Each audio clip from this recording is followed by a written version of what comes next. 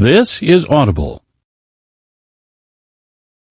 This is The Ritual. Written by Chantal Tessier. Narrated by Aidan Snow and Meg Sylvan. For a complete list of trigger warnings, please go to www.chantaltessier.com/trigger-warnings. Prologue. Lord. A lord takes his oath seriously. Only blood will solidify their commitment to serve those who demand their complete devotion.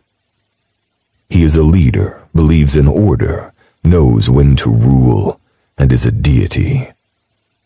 A lord must be initiated in order to become a member, but can be removed at any time for any reason. If he makes it past the 3 trials of initiation, he will forever know power and wealth. But not all lords are built the same. Some are stronger, smarter, hungrier than others. They are challenged just to see how far their loyalty will go.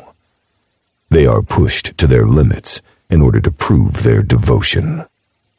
They are willing to show their commitment. Nothing except their life will suffice. Limits will be tested, and morals forgotten. A lord can be a judge, jury, and executioner. He holds power that is unmatched by anyone other than his brother. If they manage to complete all trials of initiation, he will be granted a reward. A chosen one. She is his gift for his servitude.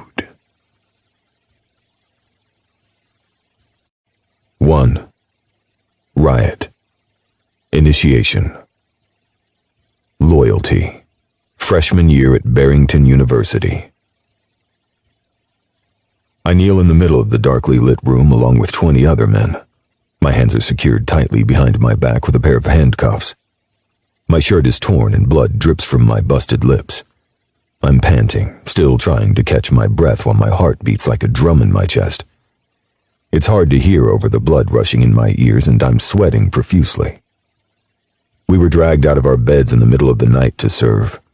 Our freshman classes at Barrington University start in 2 weeks, but we already have to show our loyalty to the lords. "You will always have to prove yourself," my father once told me. "You were each given a task," the man calls out as he paces in front of us. His black combat boots slap against the concrete floor with each step, the sound echoing off the walls. "Kill or be killed. Now how many of you can fulfill it?" "I can," I state, lifting my head to stick my chin out in the warm and sticky air. Sweat covers my brow after the fight. It's rigged. You are supposed to lose. The point is to wear you down, see just how much you have to give, how far you can go. I made sure to win mine, no matter what it took. He smirks down at me like I'm fucking joking. "Ryat, you seem so confident in yourself." "I know what I'm capable of handling," I say through gritted teeth. I don't like being second-guessed.